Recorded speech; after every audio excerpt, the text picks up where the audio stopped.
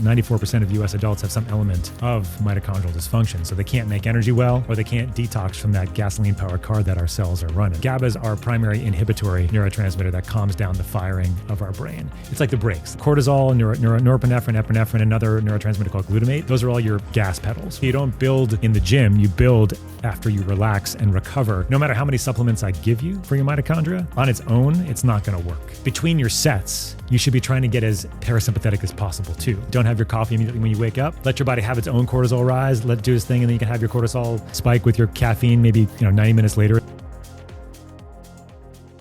I think to make this podcast more weird today, I'm gonna throw my glasses on so people think we're stranger than we already are. Oh yeah. Should I put mine on too then? Yeah, absolutely. Okay, I have mine, I can do it. Yeah, we can all look like kooks. Okay. But you're an actual doctor though. We're not used to having people. Well, we have smart people on the show, but a doctor, it's kind of like getting pretty serious in here. Are we doing the thing? Really? Okay. Yeah. You can do it. We're doing the thing, man. All right, we're doing it. I have the same company, so. Talk about methylene blue, and we're going to wear weird glasses. Orange glasses. EMR Tech glasses. Yeah. Mine's got like, how come you can't get these smudge stains out of They're here? harder to get out of the yellow ones, I feel like. I think you just see them more, It's like. Yeah. I can't ever figure with you being a doctor, you would know how to do this. I know nothing about the eyes. Oh. Except that we need them to see. Yes. All right. So you were in Tibet. Like, where the hell's Tibet? What were you doing? Yeah, Tibet. Sounds like it's far away. It is very, very, very far away, actually. It's, it's in China, but if you go to China, there's no such thing as Tibet anymore. So you have to be careful there, right? So because Tibet was its own autonomous country until the 1950s when the Chinese took it over. And then this is when people have heard of the Dalai Lama, right? The Dalai Lama had to flee Tibet. He's the, sort of like the spiritual leader of Tibet. Now he's in India. I think he's in his 90s now, actually. But so Tibet is a very spiritual, very beautiful place, mountainous ranges. I mean, you get off an airplane in the capital, which is called Lhasa, and you're at 12,500 feet when you step off, which is kind of funny because on an airplane, I just got here, as you guys know, when you fly, you're pressurized to 8,000 feet, right? So that's so that the plane is lighter, so it's easier to fly. But when you land in Lhasa, it's like, what? Nope, you're actually at 12,500 feet now. So, you're even at more altitude than you were on an airplane, and instantly, which can be challenging for people. Have you ever been to altitude like that? No, not like that. It's pretty gnarly. I was in Vail, Colorado. Yeah, and I think I was up over 10,000. And this is back when I was really big and fat. I've seen pictures. We've all seen them. I started setting up we had a seminar that we were doing out there. I started setting up chairs and stuff, and I'm like, yeah. And then I was like, holy shit! Like, am I in like a lot of trouble? Like, am I gonna go down? Like, what the hell is going on? Yeah, it's scary. And I wasn't really thinking about the altitude. And then one of the guys that ran the gym, he came over to me. He's like, it's the altitude, big man. He's like, you're going to be okay. He's like, you should probably sit down though. And I was like, okay. And I just sat there for a minute and then I started to feel okay. But were you drinking? It's a little scary. Yeah, it can be. I mean, were you drinking alcohol too? I mean, No. Yeah. And that's the thing that people come to Colorado and they go to a place called Red Rocks, which is a beautiful, beautiful music venue. And it's at about 8,000 feet. So you get off an airplane in Colorado from, 0 feet of seawater, which is typically where people live. Then you're at 5,500 feet as soon as you get off the airplane, and you go to Red Rocks and you're going to see fish or something like that. And then all of a sudden you're at 8,000 feet. And then, but on the way up to get to your actual seat, they have all these oxygen little locations. You can get a little oxygen hit as you go up and up, which is helpful actually. And actually was helpful when we were in Tibet as well. Even though I came from 5,500 feet, 12,000 feet is a lot. That's a lot of what we call hypoxic stress. Like your oxygen level goes from at altitude. So at sea level, you're about 21% oxygen in the air that you're breathing right now, right? So all of us here in Sacramento are 21%. Where I live in Colorado, the relative oxygen concentration's around 17 or 18%.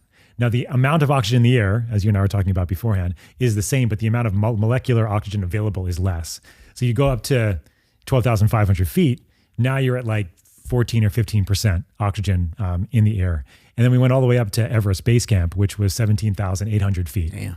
And that was basically about 11% oxygen in the air. So 10% less than we typically would have at sea level. So it was a huge amount of hypoxic stress. Like it's fun. It's I know you exciting. help a wide variety of people, especially being a doctor, but Yeah. you help a lot of people with performance. And as we've talked about on previous podcasts, you've been on the show before, we talked about you and Brian McKenzie doing some work together and stuff like that. Yeah. How is altitude training, and do you even recommend some type of altitude training for people? Like, do you think it is something that could be a major benefit? Is it something that some of us should potentially go out of our way to engage in for either better health, longevity, maybe even sports performance? So certainly I would recommend it more than intermittent hyperoxic training, which is what I did in altitude, right? So like when I was in Tibet and we were at the 17,800 feet Everest base camp, we were basically getting intermittent oxygen therapy, which is mostly hypoxic and like a little bit of oxygen. That's not the way you want to start, typically. You want to start off with the opposite, which is this intermittent hypoxic training like you're talking about. But even that, so the goal there is that you put yourself under hypoxic conditions, so lower oxygen. Tell us what hypoxic means? Yeah, lower oxygen conditions, right? So if you're on, again, 21% oxygen is sort of your normal. And then if you're going to less than that, so like 17, 18%, 15%, that's all hypoxic conditions. So when you do that, what happens is that the body goes under significant amounts of stress. Obviously, the more hypoxic you are, the more stress you're going to be under. But there's also a lot of these mechanisms that happen in the body that are actually quite amazing when you're under hypoxic conditions. Basically, your system's like, well, holy shit, I need more mitochondria because you don't have as much oxygen around. So you release this factor called hypoxic inducible factor, or HIF. HIF is the how we say it. HIF1. HIF1 alpha. You got it right. And so as a result of that, you get all these new mitochondria that form. You get new blood vessels. You get new stem cells that get released. So that's good. My additional aspect of this to talk about is that you don't want to do this if you're not already pretty healthy to start off with, because if you're already having significant mitochondrial dysfunction, significant detoxification issues, you may not do well even under mildly hypoxic conditions. And this is common. So like, for example, if somebody comes to Colorado to visit me and they feel like shit, like that's usually a good sign that they probably shouldn't be under hypoxic conditions very much right now. Probably should optimize their health a little bit more, but then start incrementally increasing. Like I was and I still am like a big fan of hyperbaric oxygen therapy. I've been involved in that field for a long time. But after meeting Brian, many years ago, and him convincing me that carbon dioxide wasn't a waste product anymore, that's like his biggest pet peeve. Is like, that's not a waste product. And because when we talk about energy production, they used to think gasoline was a waste product. Yeah, exactly. There you go. Right. So we used to think that, so you make energy in the cells, you make ATP, right? You make adenosine triphosphate. You make about like 150 pounds of ATP every single day. Damn. It's a huge amount. And in addition to ATP, we are like more like a gasoline powered car because we make ATP, but we also make water, H2O, we make carbon dioxide, CO2, and we make these other molecules called free radicals, reactive oxygen species. ROS is the other name for them. So you're making all of this in the mitochondria. And so you have these free radicals, which are important. You need to have some of them because it gives you signaling as to, do you make more energy? Do you make less energy? Like, how do you figure this out, right? When you're under hypoxic conditions, you're going to be making more of those, right? Because what happens is that you have these, it's called like your electron transport chain in your mitochondria. You have these electrons that are floating through trying to help you make energy. But if you don't have enough oxygen around, those electrons are floating, but there's no energy, there's no oxygen to actually carry those electrons at the end. Mm-hmm. And so that's what oxygen is actually there for. Oxygen is required to help you make energy at the end of that process in your mitochondria. If you don't have as much around, then all those electrons get all backed up and they go, holy shit, what's going on? And then they cause more reactive oxygen species. You feel like crap. And then you get all this inflammation. You feel like, you feel terrible, right? But you have this antioxidant capacity that we all have, which is your vitamin C, your glutathione, your alpha lipoic acid and things like that. Actually, melatonin, people don't know, is actually one of the biggest antioxidants for our mitochondria that we have. So you have all these things kind of going on. So if you're not relatively well optimized and you go under hypoxic conditions, you have all these electrons start backing up. You get more reactive oxygen species. You don't have enough antioxidants around, and you're not making as much energy because the system's like, well, I can't make any more because there's not. What am I going to do? And you get inflammation, and then everything kind of goes to kaput, unless you have other mechanisms already in play and pretty well optimized to be able to tolerate that and actually benefit. This makes me wonder, and you're the perfect guy to ask for this. Mark and I have talked about doing certain aspects of our cardio with only nasal breathing. Yeah. And the intention is to increase our power output while doing that, but also improving our CO2 tolerance. And the thing that I have noticed while doing this is, when you introduced Methylene Blue to me last year, maybe even the year before, I was testing it with jujitsu. I've also been testing it with that type of cardio. And without fail, I was just trying to make sure it wasn't anecdotal, but my performance with Methylene Blue on that type of cardio, it's like it's much easier for me to maintain higher output while with nasal breathing than when I don't have Methylene Blue. So do you know what's going on, what the blue is helping me do in those situations? Yeah, so you're doing a really cool combination of things, right? Which is that nasal breathing increases nitric oxide. Right? Yeah. Nitric oxide's also, it's very important for blood vascular health. It's also very important for your mitochondria and how you make energy. And you're combining it with something like Methylene Blue, which is enhancing your capacity to maintain aerobic capacity for longer. So I also want to mention, it's making me angry because I want to use it in every single session, but I also like to be careful. Sure. And that's what I recommend. I don't recommend doing it every day. I mean, especially if you're pretty well optimized like you guys are. But if you're not well optimized, it can go a long way to helping support that mitochondria, those mitochondria that may not be working very well. I mean, one thing I didn't mention on the mitochondrial side is that 94% of US adults have some element of mitochondrial dysfunction. So they can't make energy well, or they can't detox from that gasoline powered car that our cells are running, right? I think our ATP rotors are like 6,000 RPM, by the way. It's like a huge amount of energy required. And it's pretty cool, actually. But so when you're doing the nasal breathing, you have the nitric oxide increase, right? And then you're also enhancing your capacity to make energy more effectively, having Methylene Blue on board. They did some cool studies on animals, on dogs, where they looked at their lactate thresholds. And they saw that when they had Methylene Blue on board, they reached their lactic threshold later, meaning that you had more aerobic work that you could do. And I remember when we were first playing around with this, like 5 or 6 years ago, and I gave it to one of my patients, and she was just this Southern lady, amazing accent. She loved to exercise, and she was on her treadmill, or maybe it was either Stairmaster, one of the two, I can't remember. And she's like, Dr. Scott, I'm never working out with that stuff again. I'm always going to work out. She's basically saying, like, I always want to work out with the Methylene Blue because I can maintain my heart rate up for longer. I'm not going to do any more Southern accent. I'm going to piss people off. I think I was going to start, and then like I had to stop. But that was what we felt, is that you can maintain your heart rate up for longer because you can maintain with oxidative phosphorylation, which is just aerobic, your capacity to make energy from oxygen, right? Because even if there's less oxygen around, Methylene Blue can actually compensate for that. It actually can work just like oxygen in the cell. That's why it was so good at altitude. So when we were up at 17,800 feet, we were taking our Viagra, we were taking our Methylene Blue, we were using our Diamax. We were having a great time with the altitude and also mitigating the side effects of all the issues of being up there. But that's for another podcast, Mark. I can't talk about that. Do you want to quickly just let people know why you were taking Viagra? Because like you mentioned that in passing. Just like, let them know. Yeah. So Viagra, right? And Sam, I was telling you about this before, is that there have been some really interesting studies where men who take Viagra have 30% less chance of getting dementia.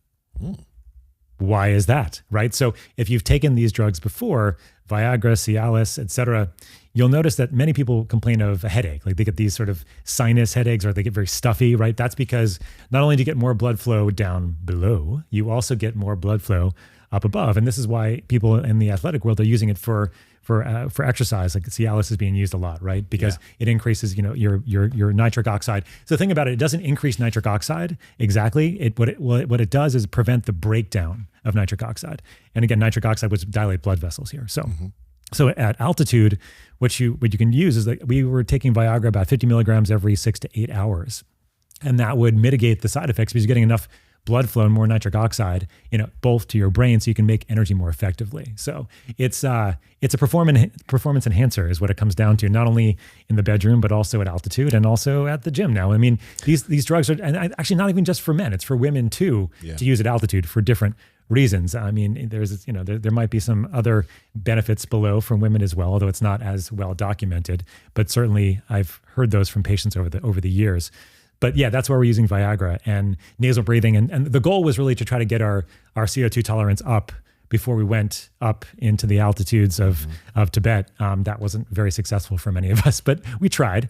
And it's a longer process to do that. But taking Viagra can help. And then the Methylene Blue, as I was mentioning, right, it works just like oxygen at altitude. So you feel less of those effects of being under hypoxic conditions, because you're not only getting it work just like oxygen in the cells, but it also mops up all the free electrons, all that sort of what the body's trying to do is make energy, but you don't have enough substrate. You don't have enough oxygen there to bind those electrons. Short story is like just quick physiology. This would be quick, I promise. You have 4 protein complexes on, it's called your electron transport chain in the mitochondria. 1, 2, 3, and 4. Super easy, okay? And what happens is that electrons come from your food, mostly carbohydrates if you eat them, fats, and number 2 and number 3 is protein only if you need it. And what happens is we throw off those electrons from our food by having this process in our body in the mitochondria, and then the electrons go into the electron transport chain to create this gradient where we can make energy. That's the short story. And what happens is the electrons, they're flowing through. If there is not enough final electron acceptor, which is the oxygen itself, then you don't get as much capacity to make energy, and then the whole thing starts breaking down, right? So again, 94% of US adults have an issue either making energy like that, but again, we're like a gasoline-powered car where we make a lot of waste products, not CO2, Brian, I promise. The other ones, okay, like reactive oxygen species.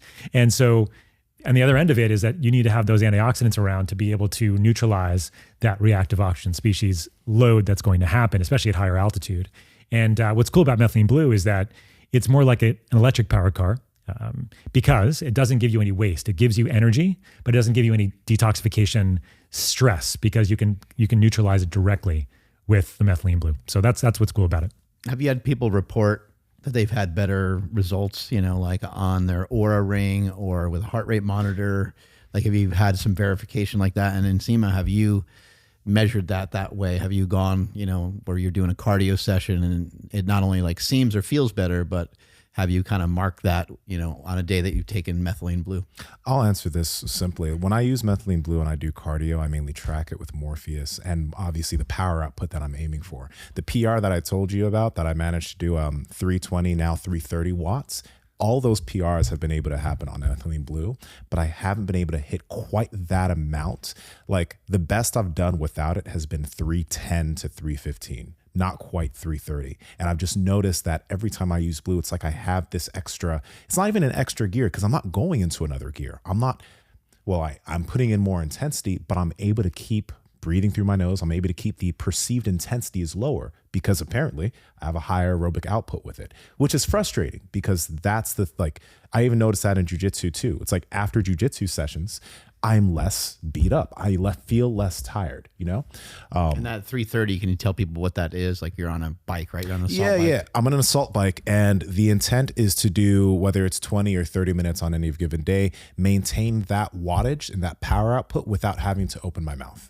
Right. So of course, if I were breathing through my mouth, I could get there. I could do that. But that means that I'm putting in too much effort to achieve that power output. My goal is to have high power output with low perceived effort. Sure. Right. And I've always been the PRs I've been able to hit have been while I was using methylene blue, which I don't want to get into. What question did you ask him? I was just asking him if he had some people, that were tracking as well, and I'll he ask has a some question after testimonials. Yeah. So, I mean, that's a great testimonial. And Sam, I really appreciate you sharing that, because I think that what I've seen kind of across the board is really a huge spectrum of things. Like anyone from the sort of elite athlete side of things, also to people that are having a really difficult time. But what you see it kind of across the board, even throughout that whole spectrum, is that their physiology is going to shift in a way that decreases inflammation, that improves mitochondrial output. And then they overall have this this ecosystem that's just more optimized to be able to do the things they want to do. And so this can be very, very obvious in some cases. I mean, more subtle in other cases. So for example, I spoke to a guy a couple weeks ago. He's a practitioner like me. And he's like, hey, Dr. Scott, I was just taking your methylene blue and my anxiety went away. And it hasn't come back. And he had anxiety for 30 years. Wow. And I was like, well, let's talk about this a little bit, right? So we talked a little bit about why he had anxiety and kind of all the things I kind of went through. And you have to realize that, people have mental health issues, when they have gut issues, when they have like chronic complex pain issues, when they have issues with recovery, like almost all of this is mitochondrial related on some level, right? Mm-hmm. So you have to remember that even if you have these sort of like overt symptoms of depression, anxiety, chronic pain, things like that, these are all at their base level, part of a bigger picture, right? They're not just those things, right? When somebody goes to their doctor and they get, a drug for fibromyalgia, for example, to help with pain, that's doing jack shit for their actual physiology, right? I mean, but it also helps with their pain, which I understand. Like they don't want to be in pain. I get that, right? Maybe something that builds a bridge between them figuring out their biology and things that might be better for them. Yeah, as an internal medicine physician, I'm happy to use drugs if they need to be used, right? But also realizing that oftentimes those are just band-aids along the way. And then I think we're really kind of coming to this like new age. New age sounds kind of funny. We're not going to get into some singing now, are we? We can be so heart-centered in new age today with you guys. But the new age of what we call like cellular medicine, right? Where the idea is that when you look at the mitochondria as sort of like the common denominator for almost everything that's going on, then you get to see okay, now this is not just a brain issue. This is not just a heart issue. This is not just a liver issue. No, this is a cellular issue. And you look at that basic cell, and the basic cell has these components, right? We have nucleus, we have Golgi bodies, we have endoplasmic reticulum, and we have mitochondria, right? And we have multiple other things too, of course.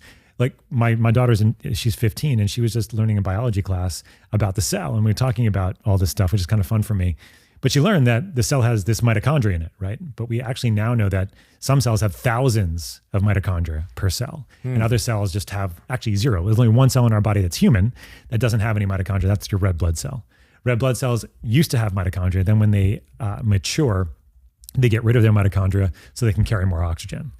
But all the other cells in our body have mitochondria, and then thousands of mitochondria per cell. What is the cell? You guys can, I'm going to ask a quiz question. What's the cell in our body that has the most mitochondria per cell? So the most energy intensive area of our body. And eyeball. Eyeballs are close, actually. The muscles around the eye are very, very high intensity. But there's an organ, a reproductive organ, so I just gave it to you. Whoops, sorry. So if you're for sperm, so sperm have a huge amount of mitochondria per cell to be able to travel from where they're inseminated to all the way to the fallopian tubes. And then eggs actually have the most mitochondria per cell of any cell in the human body. And that makes sense, right? Because if you're growing a human, that's kind of a big deal, right? And so, but that's just where they show that image of the light, like where they're right. It's like dark and then it turns light. And people are kind of confused on like where that light comes from. It comes from a huge amount of energy that's being made with every one of those. It was the beginning of that Marty Supreme movie, I believe. Oh, was the sperm swimming to the egg? And I don't know if you saw the movie, but it's like the beginning credits or whatever, or maybe end credits. I remember watching a movie like that when I was a kid and just being completely scared. I think mostly.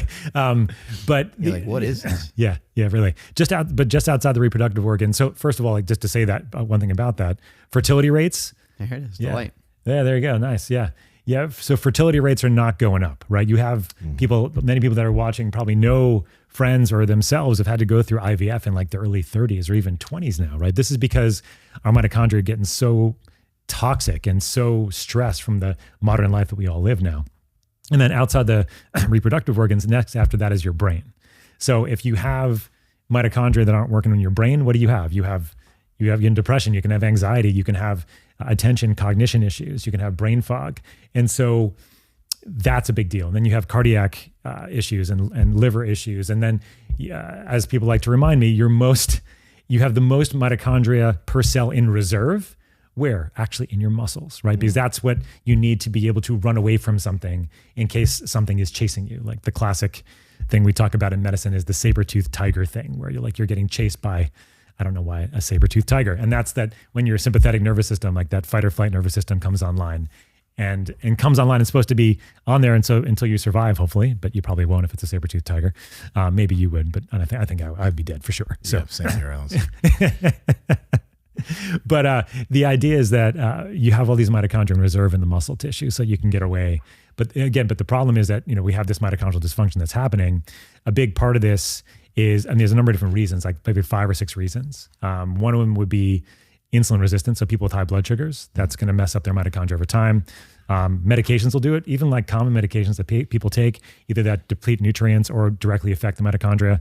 Like a big population of people that I've seen over the years, people that have taken like a drug called ciprofloxacin or one like that, and they can get, it's called flox, which is basically mitochondrial destruction because of it. Chemotherapeutic drugs will do it too. Birth control pills will actually deplete nutrients that can be, a sign and lead to mitochondrial dysfunction over time. So I wouldn't take any of those, you guys, So, just the more you know, the more you know. Yeah. And then after medications, there's toxins in our environment. There's shit tons of toxins, everything from the lights. That's why we're wearing these beautiful glasses, right?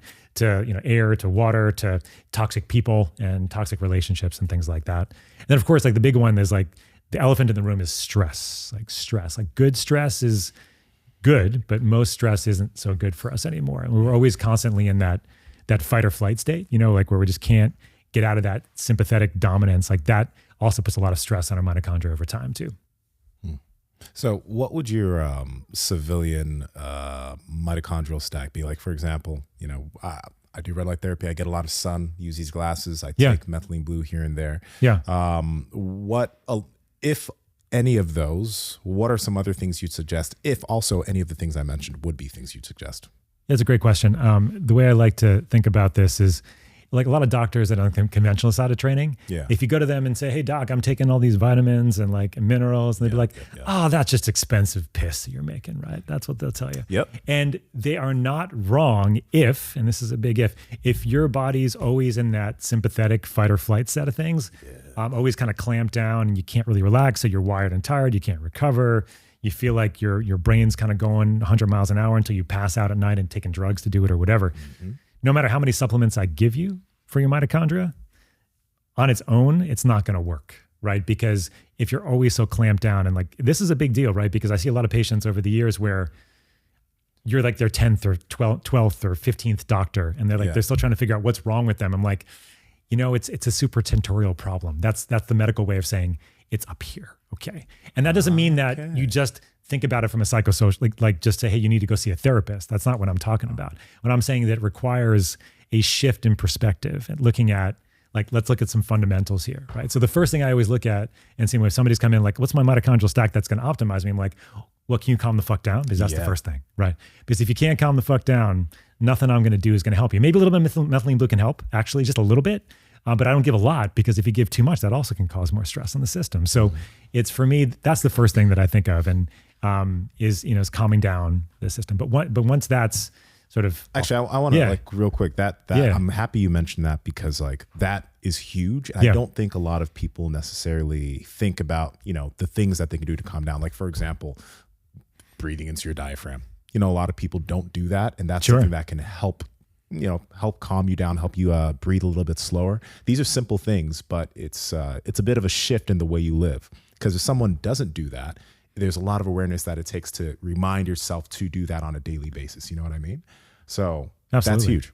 Yeah. I think people need to be really careful of the inputs that they get. We've talked before about like over cold plunging ourselves. Where you had like a day and a half where you were freezing cold still after the cold plunge. Yeah, that's a sign. And your training isn't really any different. The way that we train, it's fun to train. But if you do something that's a little bit more high risk, or it might not even seem like high risk, you're just like, oh, I'm going to do 10 sets of sprints today instead of 6. Right. Well, man, that's a massive difference. Percentage wise, that's a huge difference. And if you're not used to sprinting, that's even crazier, right? And, and it's going to be very difficult. The likelihood you're going to be able to calm down from that activity is probably really low.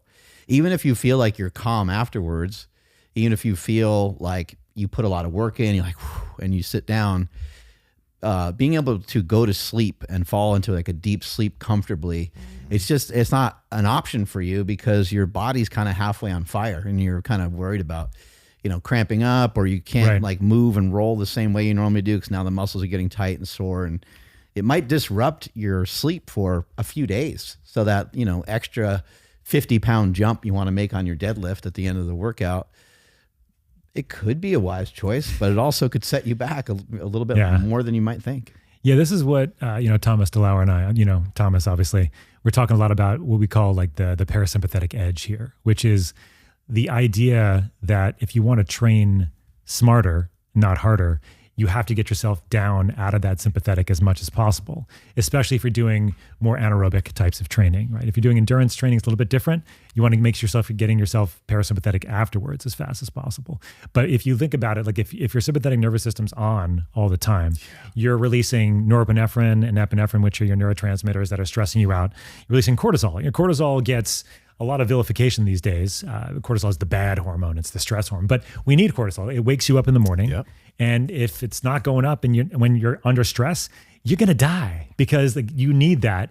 And if you get an infection, for example, your cortisol has to go up so that you actually can tolerate having the infection. Your whole system kind of stresses up as a result of having an infection. You need to have it go up, right? So that's good. Like, that's a good type of cortisol. And like in the short term, cortisol actually breaks down fat and breaks down sugar. It puts it into your system so you can use it. So that's what happens in the morning.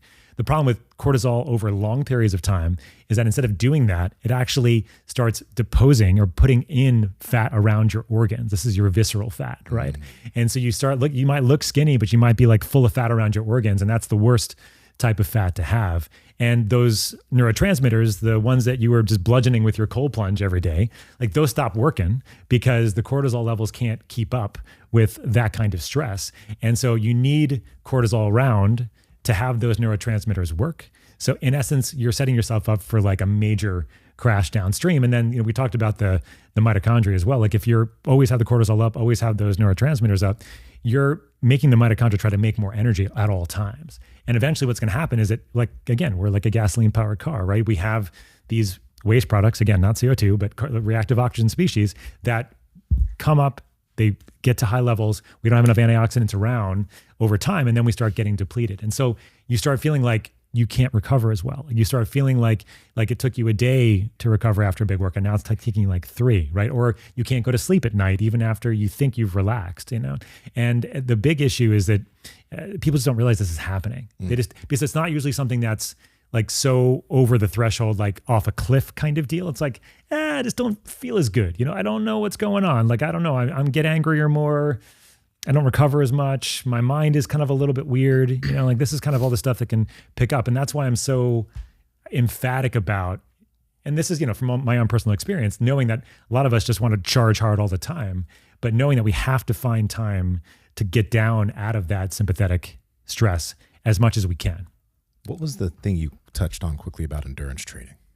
Oh, so what I was mentioning there is that when we're thinking about parasympathetic activation, I'm talking about downregulating your nervous system, right? So sympathetic, fight or flight, run from the saber-toothed tiger. Parasympathetic is rest, digest, detoxify, heal, and build muscle, by the way, right? So you don't build in the gym, you build after you relax and recover outside of the gym, right? So you're not going to, no matter how much weight you lift at the gym, if you go and you just charge hard the rest of the day, you're not going to gain as much weight. You're not going to gain as much muscle as you think you would otherwise, right? It's just not going to happen. Yeah. So the idea with training, and this is something that we've been developing, is the idea that you want to have as much what's called sympathetic reserve, meaning that you're going into training chill, okay? Like you're relaxed, because that way you have more of a delta, you have more of a change you can make, and that's going to put more tension on your system, tension on your muscles, so you can build them, right? If you're already starting up at a really high level and you only have a little bit to go, like that's not much, you're not gonna be able to see much gain there, right?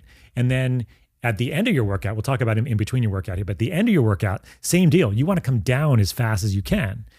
This is what, Thomas and I were talking, he likes to put his feet up against the wall. Like if you're not at like a Dirty Gold's gym or something like that, right? Where you can lie down and do it, but your feet up on the wall. So you start getting all the blood flow back to your heart. So you can start. That's old school. That's been around for a long time. Yeah, it's been around forever, right? And these are, your guy, some of your, I'm sure mentors were doing these things without even thinking about what they were doing exactly, right? Because they just intuitively kind of felt it out.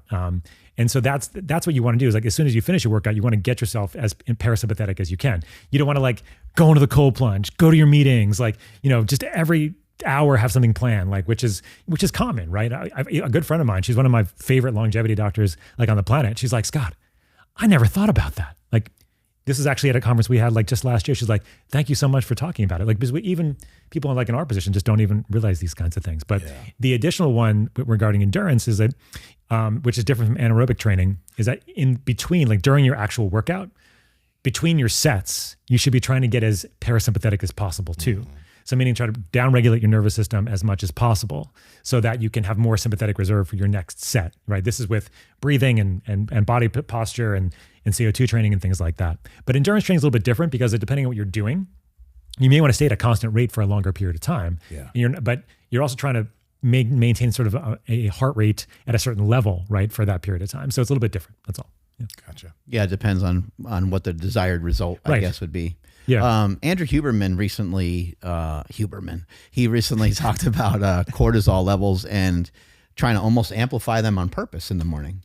I don't know if you can maybe bring that clip up, but what's your thoughts on that? Huberman.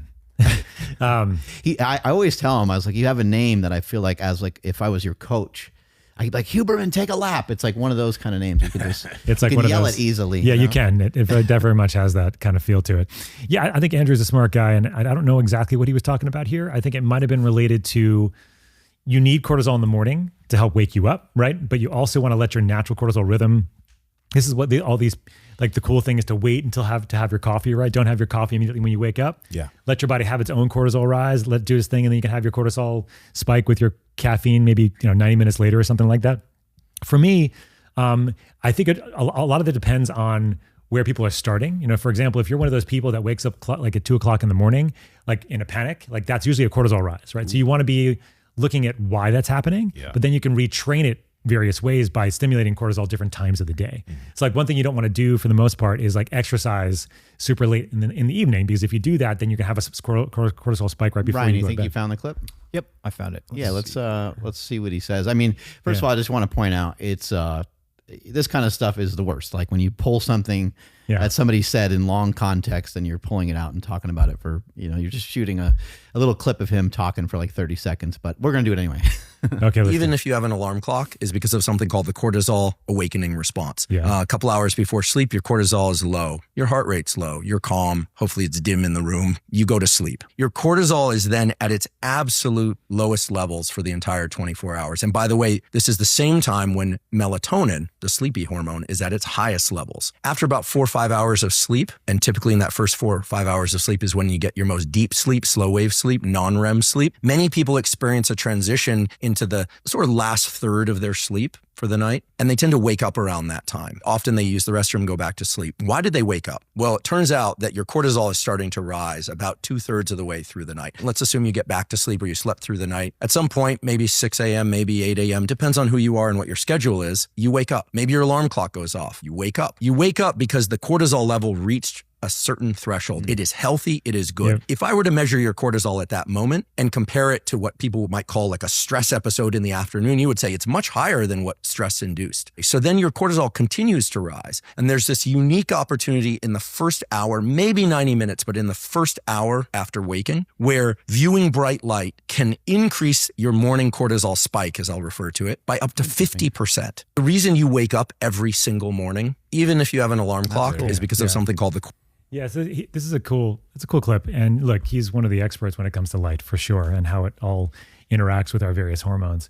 What actually, back in the day, they used to call it back like during the Industrial Revolution, they called it first and second sleep, actually.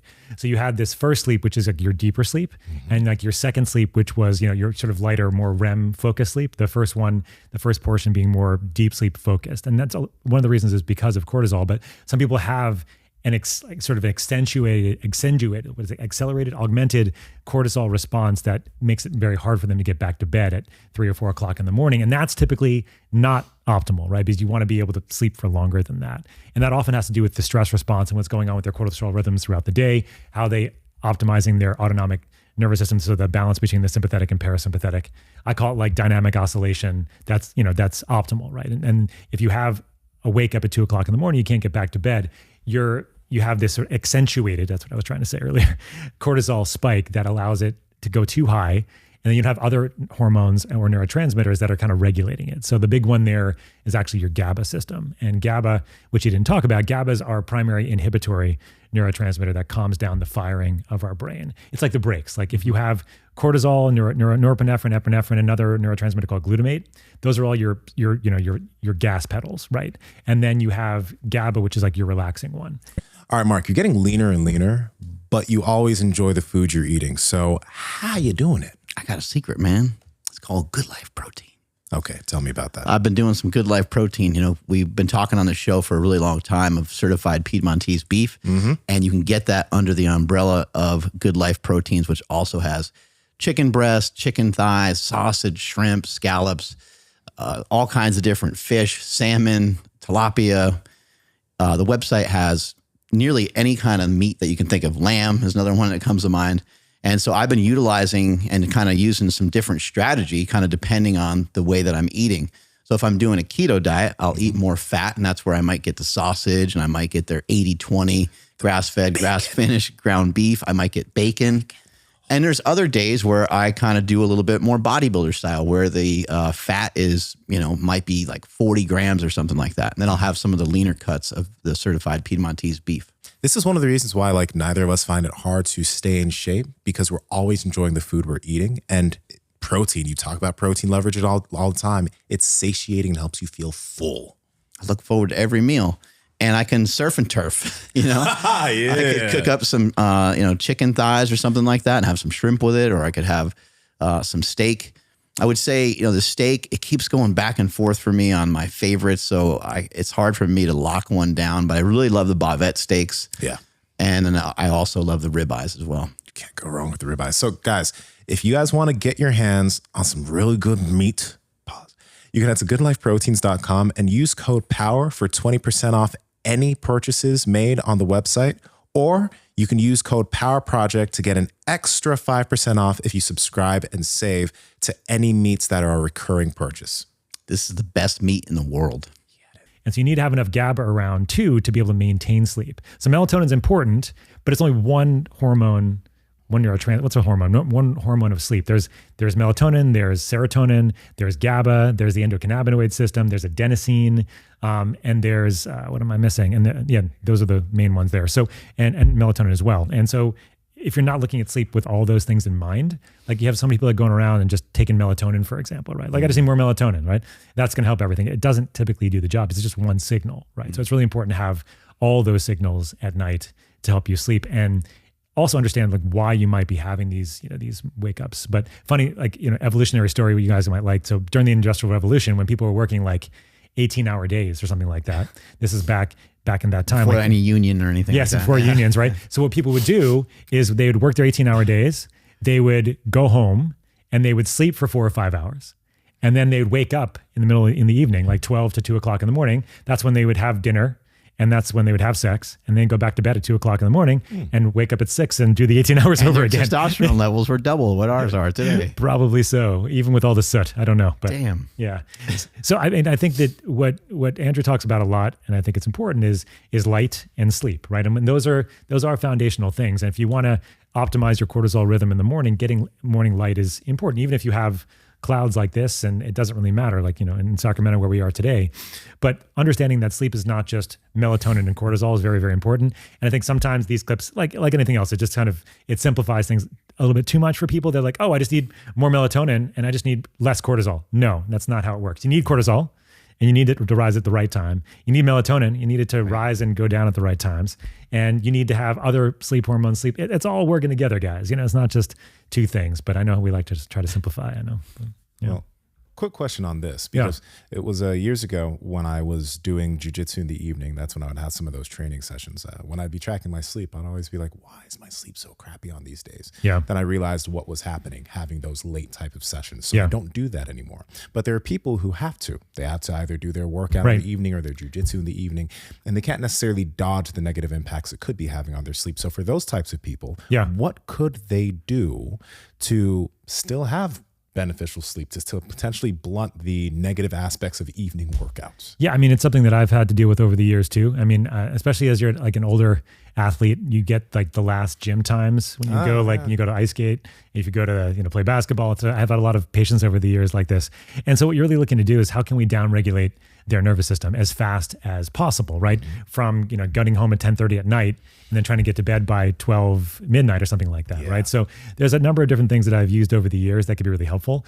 The easiest ones that just require you to open up your pie hole are ones that are based on the GABA system specifically. So I have a couple. I know you like one of our products, Trozy, that really works really well.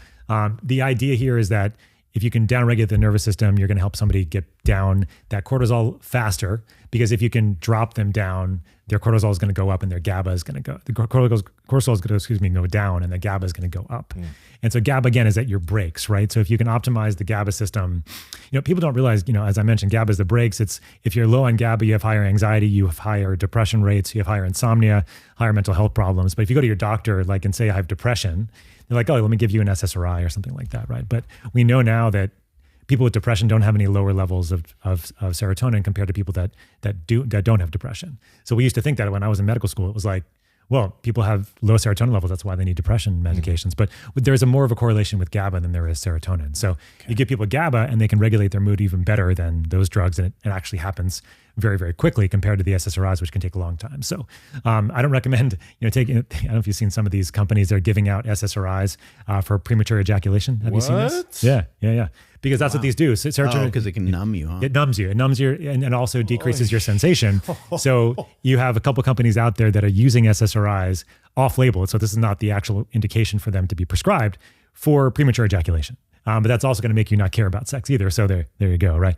But anyway, so that's a side story. I thought you'd like that one. So you can go online right now and get your own SSRI. Please don't do this. I really well, actually, I think honestly, I think it's a good thing to mention. You don't even mention the companies, but mention what people should look out for, because if something is being marketed, that's a good call. Yeah, because people don't even realize. Because they don't know. I saw this. I saw it online.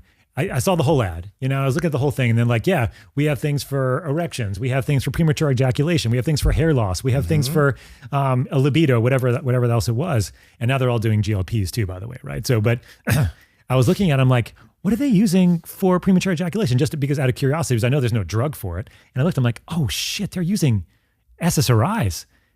You're right. I don't know if people know that, right? They may not even know what they're getting in the mail. They're like, this is just gonna help me so that I can go longer in the bedroom. But they don't realize that. Well, why is my mood so flat right now? Why don't I care about anything?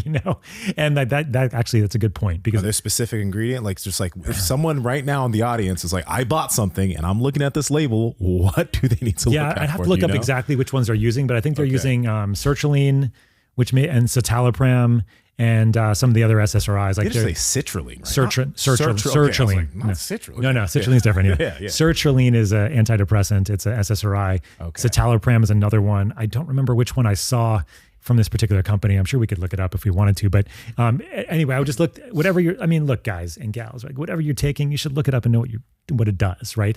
And if it's for premature ejaculation, it could be this, and that also is affecting your mood, affecting your, just your overall drive as well. So be aware of that. So anyway, long story short, premature ejaculation aside, I know that's an important topic for this particular podcast.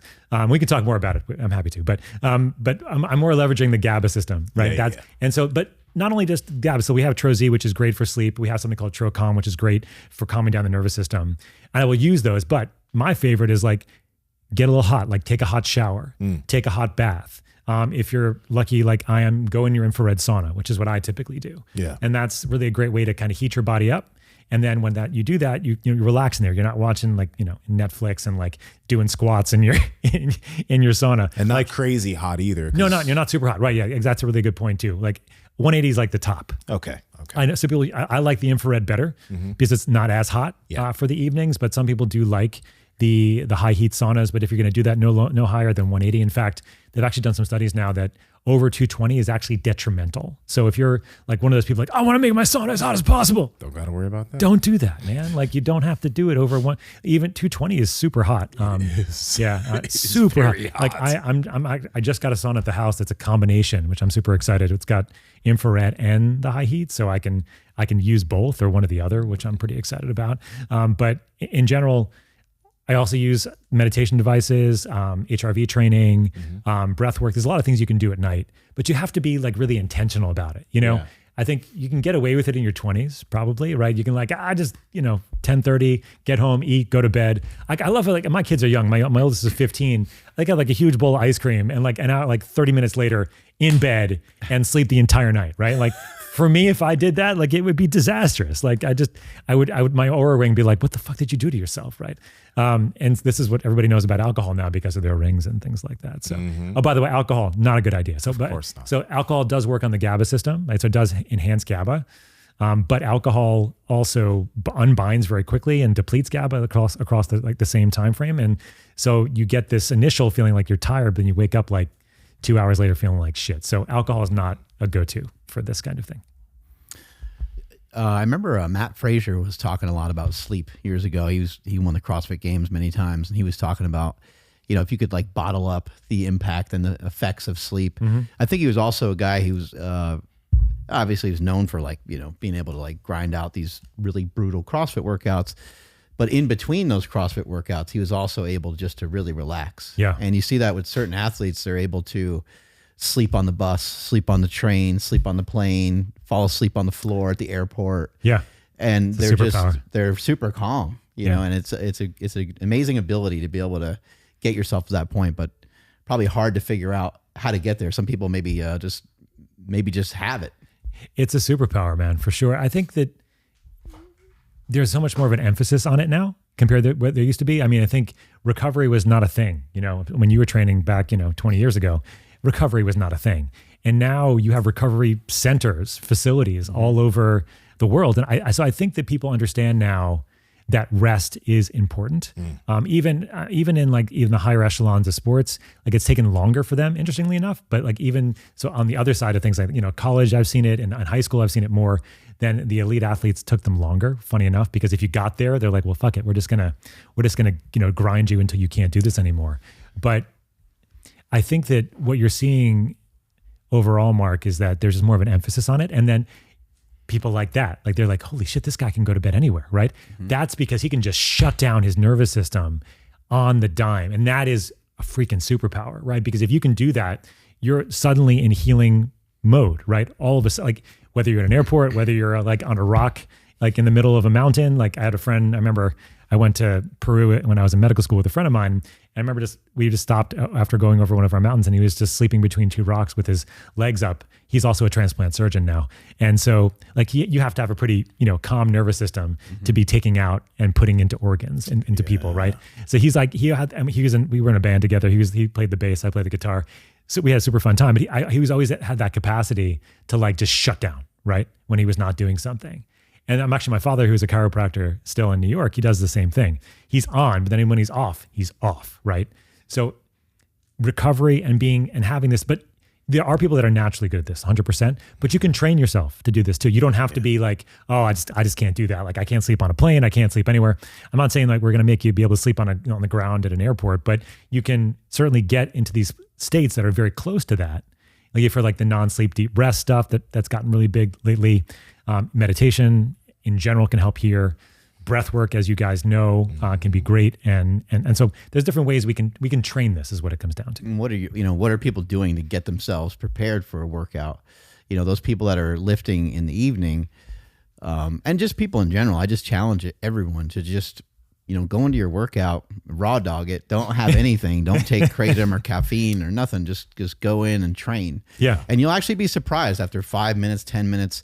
You'll feel approximately the exact same, maybe not the exact same, but you'll feel probably pretty close to the same as if you took something that's going to like hype you up. But something like Methylene Blue isn't going to necessarily hype you up. And so you might want to look for alternative things that can still help and assist, but aren't going to like, make it so you're staring at your ceiling at 1 in the Yeah. A friend of mine, his name's Jeremy Bloom. He's the only athlete that was he was an Olympic skier, and he was a NFL wide receiver for the Eagles. Wow. And he was telling me when he first started skiing, he listened to like Metallica and like hardcore shit, right? But by the time he was like an Olympic skier, he was listening to Mozart and Beethoven. Yeah. Why? Right? Because you don't need your nervous system to be more amped. Because again, you're ruining your sympathetic reserve, right? You're allowing yourself to have much less of a delta, a change from where you are. And so if you're hyping yourself up with a bunch of stimulants before you start exercising, the main thing that stimulants help with, Mark, and some of you probably know this too, is just focus, right? It just helps you so that you don't fuck yourself up because of bad posture and of doing something because you were distracted about your phone and your Instagram feed or something like that, right? Which is, by the way, a terrible thing to do, right? Is after every set, check your phone and see what's going on in the social media or in the news, right? Like perfect way to just dopamine and hang out in the comment section. Yeah, that's what that's the best place to be, right? So, but anyway, so you want to give yourself that more of that sympathetic reserve, and if you're giving yourself a lot of nicotine and caffeine or a lot of stuff beforehand, like you're going to have less of that reserve. You might be more focused, and that might be a good thing for you. Like it's a bit of a benefit risk ratio. If you're one of those people that can't concentrate, like then take something so that you don't hurt yourself when you're working out. But the nice thing about Methylene Blue, as you mentioned, it's not a stimulant. It's not like caffeine. It's not like going to make you feel like you're going to be wired the rest of the day. It's just an elevation, and then you go, right? And has that capacity so you can maintain your capacity for longer, and you reach your lactate threshold later so you can work harder, as you were talking about, and same with, with your workouts as well. So I don't use it with everybody, but I think it can be very helpful because it does help with that mitochondrial support. And that's what a lot of us need. And that's what give us staying power. And then also the recovery side of things, right? And that's the other big part of what I always recommend and try to emphasize to my patients is like, yeah, you can work out. That's great. I have a lot of patients that are very good at working out, but what do you do to recover? What are you doing to down-regulate that nervous system afterwards? Methylene blue could be helpful, low doses to kind of support mitochondria for sure. But it's that GABA system you want to leverage, right? So, meditation, yoga, mindfulness, breathwork, that all sounds new agey. I guess it is a new age podcast. I'm sorry about that, Mark. But you can also use, supplements like the ones, we have. Trocom is really great for that. But again, whatever it is, just learn that most of your day shouldn't be like, go, go, go, go, go. Yeah. It should be like, go, chill, go, chill. And then as the day goes on, mostly chill, like a little bit up, a little bit down. But like, if you're yelling at your kids, if you're yelling at your spouse, if you're sleeping shitty, like these are signs that, you got to be doing something different. Yeah. I'm grateful for powerlifting, because it just, the things that it taught me, I'm sure. There's some of the guys train a little differently now than they did when I was training and the things I learned from Louis Simmons. But you have to recover from it. Like you don't have a choice. You are going to perform worse, and you can try to lift heavy all the time, but eventually it will catch up to you. So it's automatically built in to the sport where, okay, like you want to do that, you're just going to get worse or you're going to get hurt. And so you have to learn. And it's also, powerlifting is a very obvious sport. You get done with the workout for the day and your hands are trembling. Okay. Sometimes you can barely drive home. Your whole body's like kind of shaking. Your nervous system is quite obviously like keyed way up, and we have cranking music and everything else. Of course, that's going to play into it, and snorting whatever the hell we're snorting before just chalk, right? Yeah, exactly. before we go and do our sets and stuff like that. I like the fact that it was kind of built in, but also as I got better at powerlifting and as a lot of other athletes found out, they needed more rest. Yeah. So you would think it would be the opposite. You would think, the people that are newer, of course, if you're like very new to something, you get incredibly sore from, playing a pickup game of basketball. If you haven't done that in years, you're going to get incredibly sore from lifting weights if you haven't done that. But as you get used to lifting weights, then you can do so with pretty good frequency. You can do so with pretty good intensity, and you'll probably continue to get better. But when you become very well equipped to lift heavy weights, you can put so much into a particular workout that you can kind of burn yourself out a little faster. And so it was interesting to me, like Louis Simmons would say, because we would do these workouts where we had max effort day where we lift as heavy as possible. And we had another day where we would do dynamic effort where we're lifting as fast as possible. And with the day where we were lifting explosively, the people that were the strongest used a lower percentage of their max because they could recruit more muscle fibers and more motor units. They could tap into their nervous system in a way that someone who was weaker is unable to do. And you can kind of think about that in sprinting or swimming or any other sport. You can kind of take that out, and you can just take that out into things that we do in life. If you are forging forward and you're really working hard on something, and your intensity is super high, well, at some point you're probably going to have to like back off or figure out some sort of break or vacation or time off to recover from these things. Yeah, I think that's well said, because this kind of corresponds to a lot of things. While you were talking, it reminded me of master chess players, like master chess players that don't move for an entire day, burn like 4,000 or 5,000 calories just using their brain. That still shocks me. Yeah. It's a crazy statistic, right? Yeah. But the idea really here is once you get really, really good at something, you're able to mount a significant response, whatever that good thing is. I've certainly never had that amount of thinking in my life. And most of us never will, Mark. It's okay. But like a little bit of smoke coming out of my ears. Once you got past the 2,000 calorie mark, it starts smoking or something. Yeah, exactly. I know. But the same goes with working out, right? You have this massive capacity, both, again, physically, but also you mentioned the neurologic piece, which is a big piece of it, right? Which is that you have this like neurologic wiring that you create that allows you to concentrate your efforts in a very specific way using the particular type of exercise that you were doing, right? So that's why it requires more rest, because you're actually requiring more energy to power that as you're doing it, whether it be your brain doing, master chess playing, or if it's powerlifting or whatever else it might be. So it's really interesting how our brain rewires itself and then innervates our muscles in different ways depending on what we need, because we are evolutionarily always changing, right? So where are you in that life cycle? What are you trying to do, right? And that's what the brain's going to do. This is why, like, if you're blind, this is the best example, the easiest for people to understand, is if you're blind, you can't see. Well, does that area of the brain just stop working? No, it actually gets reapportioned for other areas of your brain, so you can hear better, that you can sense better, you can hear you can sense vibration. So everything becomes stronger in other ways. So like your brain is always rewiring itself in ways that you are asking it to, for good or for not so good, depending on what you're doing. If you're watching porn all the time, then you're rewiring your nervous system for that, right? And then you're messing with your dopamine levels and everything else. But if you're using it for good and optimizing your body in various ways, you are going to see the benefits of that over time, because neurologically, you are supporting what you're doing physically or mentally. This begs the question. I've asked you this before, but with how useful methylene blue can be, what would be the suggested weekly dose? If somebody is like, I love this stuff so much, and they start trying to use it every day? Sure. What would they be looking forward to in that sense? Because there are people like that. Of course, more is always better, right? That's the natural American way. Yeah. The thing about methylene blue that's important is that typically lower doses are more optimal than higher doses. We're talking about 4, 8, 16, maybe 25 milligrams at a dose. Higher than that, you start becoming more stressful in the system. And higher than that, you actually, you do have some capacity to be like an anti-infective, which is good.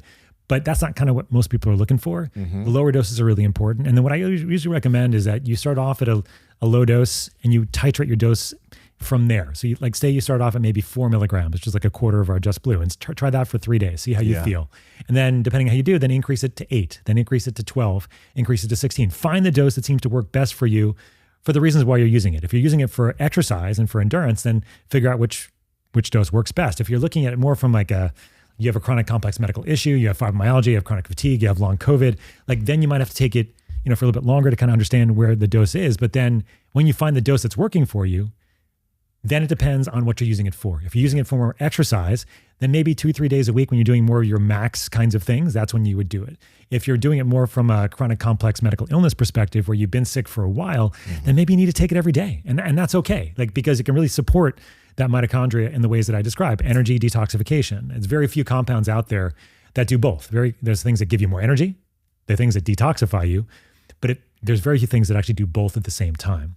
And you can take antioxidants till the cows come home, but if you don't have any capacity to make energy, you're still going to feel like shit, right? If you're giving something that gives you more energy, but you don't have any capacity to detox, neutralize that stress from making energy, that gasoline powered car, you're still going to feel like shit, right? So that's what's really nice about methylene blue. So like a lot of my patients, what I'll do if they're sicker is that I start them off at low doses, find a dose that seems to be working for them.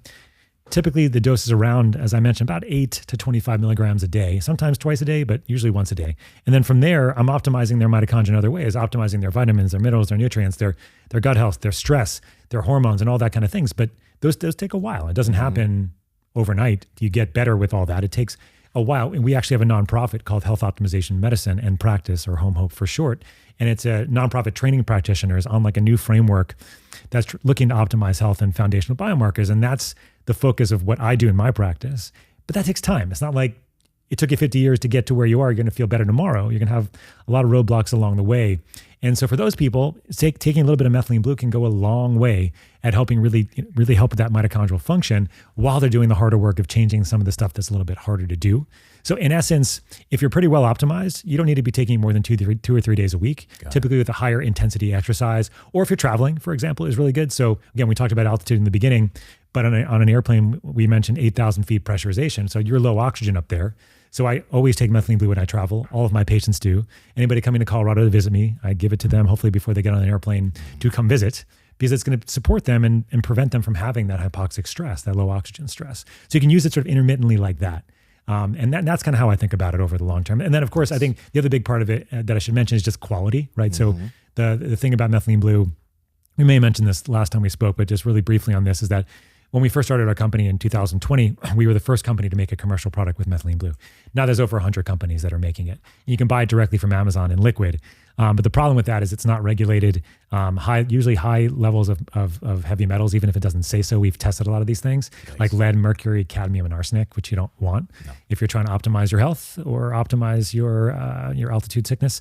And then also the potency is kind of all over the map. So potency means like if it says it's a milligram per dropper or something like that, it's usually about half that of what it says. And so this is a problem, right? Because if somebody says to me, hey, Dr. Scott, I've been taking methylene blue, I feel like shit. I'm like, well, how much have you been taking? I've been taking 10 drops 3 times a day. I'm like, how much is that? I'm like, I don't have any idea. I'm like, well, I don't know either. Then, tell me something else that I need to know because that's not going to be helpful. So we're fans of like the troche form, which is like a buccal lozenge, but it's buccal because it could be dissolved here, but you can just swallow it too. So if you don't want your mouth to be blue, just on an empty stomach. Is there a difference in absorption if swallow versus buccal? The difference is just how fast. Buccal is going to be fast. It's pretty fast. Within about 5 or 10 minutes, you're going to feel it. Versus if you swallow it on an empty stomach, it's going to be about 30 minutes to 45 minutes or so. Okay. Then you can add some red light, as you know, and then you can synergize. That this morning. I know. I can tell it with your tongue. You're rock and rolling. So you can definitely do all that. I'm a big fan of methylene blue these days, but in the context of like getting good quality stuff, knowing why you're taking it, keeping the dose low.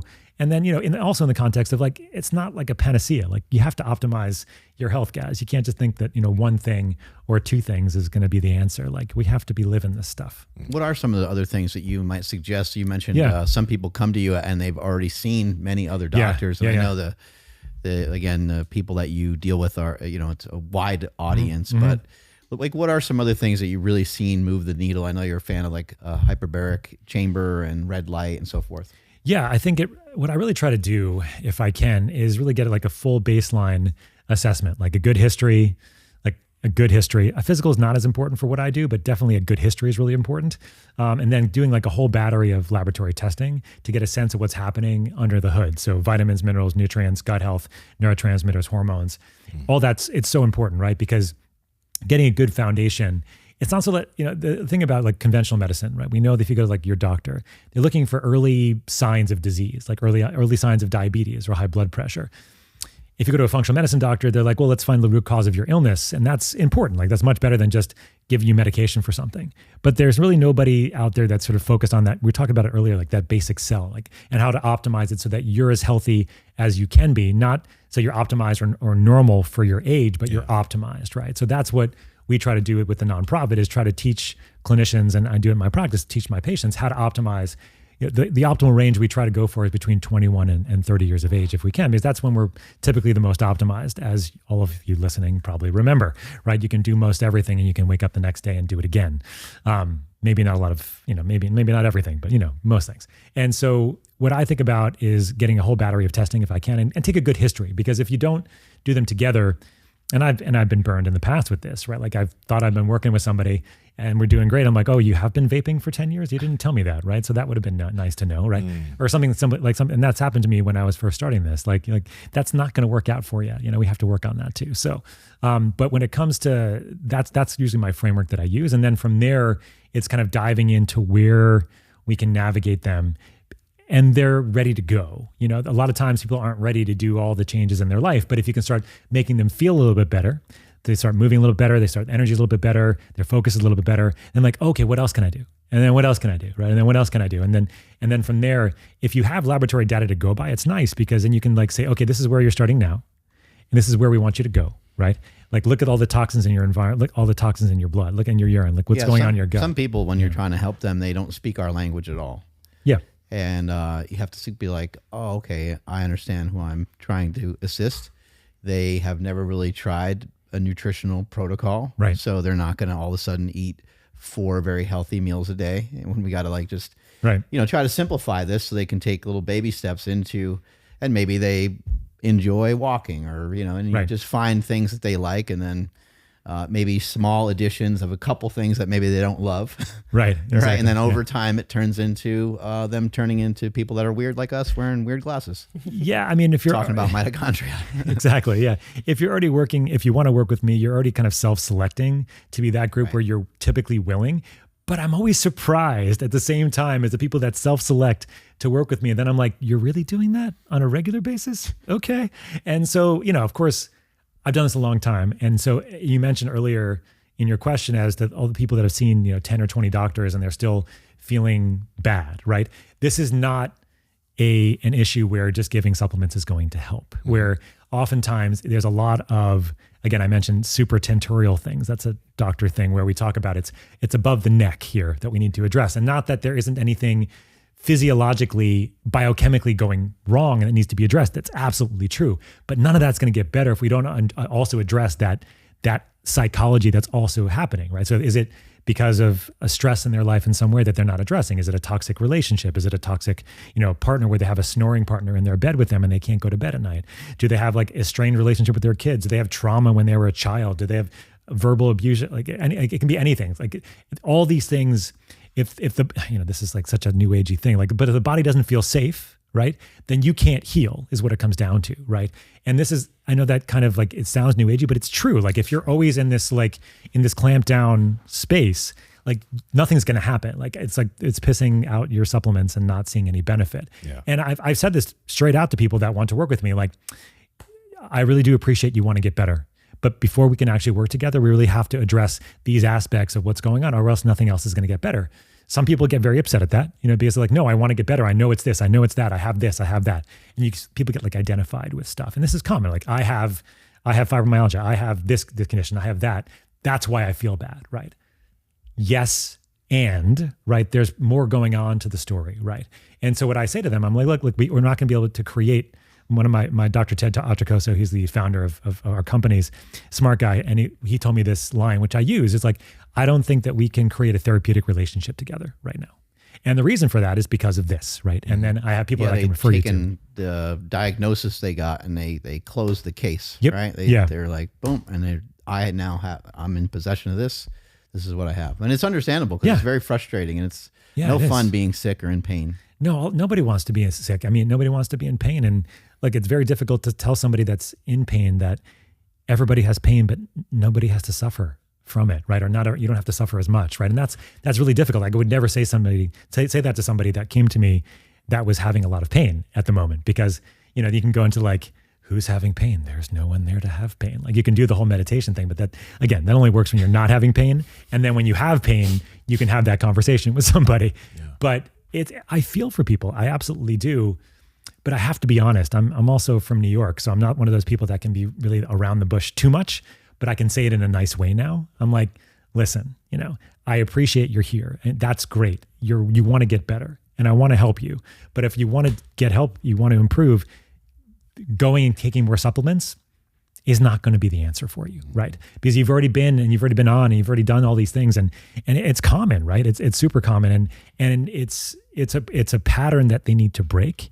And I try to be that person, at least to give them, and this happened with a number of my patients so far, where like I've seen them transform their health, not taking any more supplements. In fact, not even doing lab tests sometimes. It's just like doing this work and then maybe supporting the mitochondria at the same time, because the challenge, and this is a big one, guys, that I talk about a lot now, is I've just realized it is like, if you help people come down from that sympathetic spiral, I call it, right? Mm-hmm. You bring them down into like a parasympathetic mode, their rest and digest, detoxification.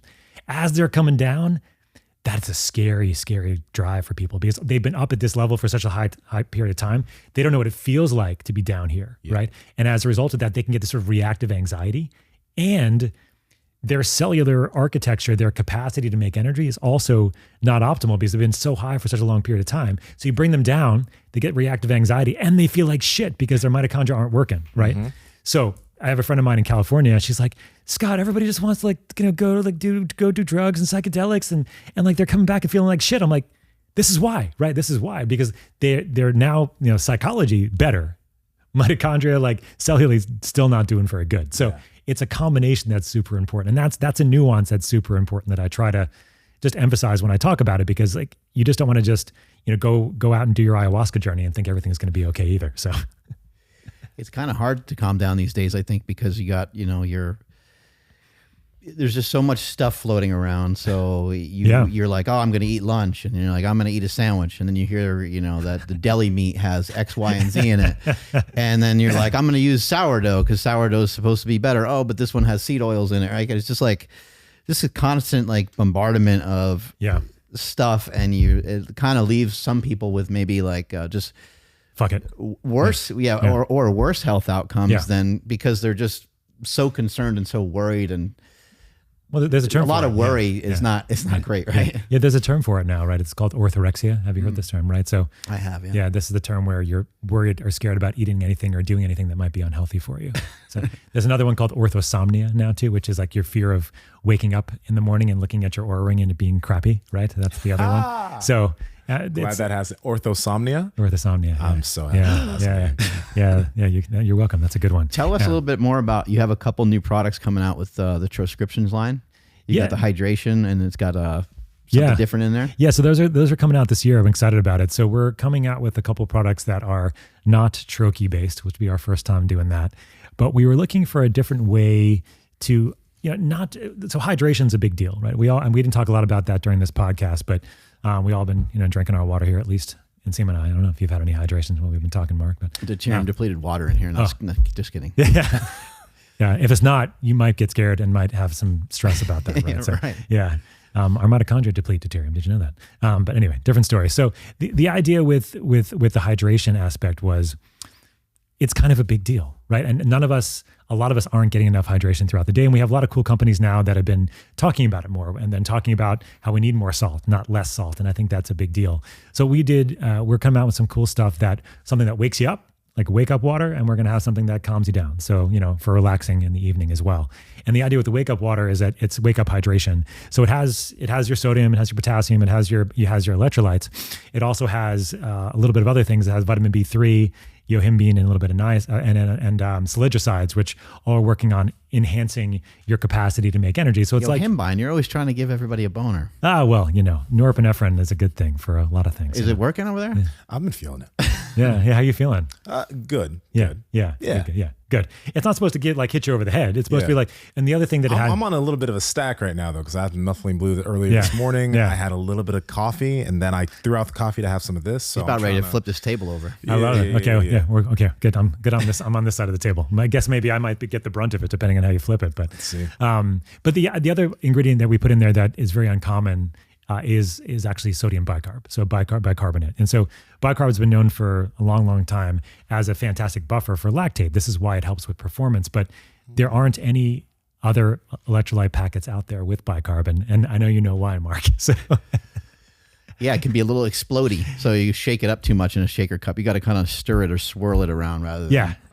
You have to stir it. You can swirl it. You can shake it a little bit. You don't want to shake it a lot because it can, bubble up and cause a little bit more of a... Or go ahead and shake it and then just watch everything explode. Shake it like a Polaroid picture, right? So let's see what happens, right? So, see what happens. It might be good for the Polaroids, But the idea really was let's create a new class of hydration. That's more, you wake up in the morning. This has got some wake up stuff in there. It's got your hydration. It's also got your bicarb too. And so we'll have another one that'll be for the evenings as well. That'll also have the similar things in there with the hydration, the electrolytes, and also the bicarb. And another compound that we have in Troz called Agarin, which is a long acting on the GABA side. So it increases your GABA in a nice way that kind of gives you this chill mode, just feeling more relaxed. And you just kind of wind down throughout the evening without, That's going to be added to a new version of Yeah. Troz? No, that's going to be added to another hydration pack. So we have another hydration pack coming out. Yeah. But the first one to come out is going to be our wake up one. So Question about your Troz real quick. Yeah. Some people, they just, let's say alone, they just take melatonin every single night. Sure. And there's maybe some things to keep in mind there if you have any advice for people who have to do that. But let's say someone tries your Troz and then it becomes their nightly thing. Yeah. Any drawbacks of it being a nightly, every single night type of supplement? So the cool thing about Troz is that it's 8 different ingredients together. So it's not just hitting you over the head with a large dose of anything. It's like low doses, melatonin, 5-HTP, something called cordycepin from the cordyceps mushroom, which is a fantastic increasing of deep sleep, but it's also an anti-inflammatory and immune system enhancer that we have that in Tromium at a higher dose. Also have adenosine in there, which is a sleep signal. So it makes you feel more tired. It has CBN and it has CBD as well. What am I missing? Also, and so it has the Agarin and it also has something Hanokiol, which is magnolia bark. So the Agarin and then Hanokiol together are GABA, okay? And then the rest, we have serotonin, melatonin, the endocannabinoid system, we have adenosine system. So it's like all these systems all together. So the cool thing about it is that it's not hitting you over the head with just one molecule. It's 5 different sleep systems. And as a result of that, people can take it every evening if they need to, because it does have that capacity of support rather than hitting you over the head. And with melatonin on its own, again, it's just one sleep signal, right? It helps you modulate your circadian rhythms, help you fall asleep. It helps maintains the sleep to some degree. Our melatonin levels do drop as we get older. I just find that it doesn't work for people long term, you know, and typically they have to increase their dose and increase their dose and increase their dose. Like physiologic melatonin levels are around like 400 to 500 micrograms, but so we have 5 milligrams in a full troche, but you can take a quarter of that, and that's, you know, that's a small amount. It's a 1.25 milligrams of melatonin in a quarter of a troche. And that's what I typically recommend for most people. Like if you need more than a half in the evenings, most nights, it probably means you need to be doing some other stuff to optimize your sleep for sure. Because it's, I try to, the way I always say this for people is like, let's get you to sleep now because you need it. Everything else is going to get better if your sleep is better. And then once we get your sleep regulated, if it takes supplements, that's fine. Then we're like, okay, what else can we do to optimize your sleep? Like, what's your sleep routine look like? When are you eating before you go to bed?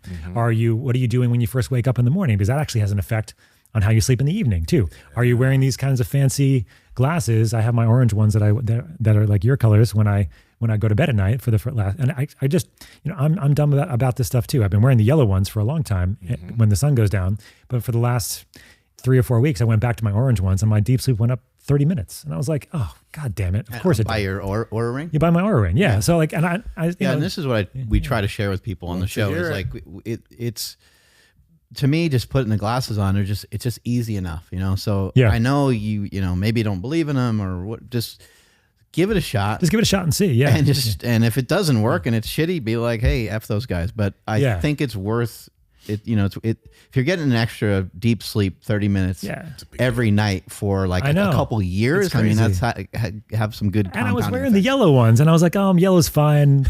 Then I went to the orange. I'm like, God damn it. Because the orange is annoying. It's annoying. If you're looking at something with these, it's very. And the thing about it too, this is also something that Andrew doesn't talk enough about, I don't think, is that it's not just white light. It's not just, it's actually the brightness that matters too. Okay. It's if the lights are brighter, you also have photoreceptors on your skin too, by the way. True. And so if you have bright lights all around and you're wearing orange glasses, it's still not going to be optimal. If you have dim lights at the house at night and you win the orange, like that's the optimal for you. Or you just have orange, you know, lights all over the house or whatever. All right, we'll ask you more light questions in the next coming podcast. Where can people find you? Cool. Well, many places. I guess the best place for me personally is my name, Dr. Scott Sherr. It's my website name as well, drscottsherr.com, DRSCOTTSHERR.com. You'll find my consulting on the hyperbaric side that I do, my health optimization medicine practice.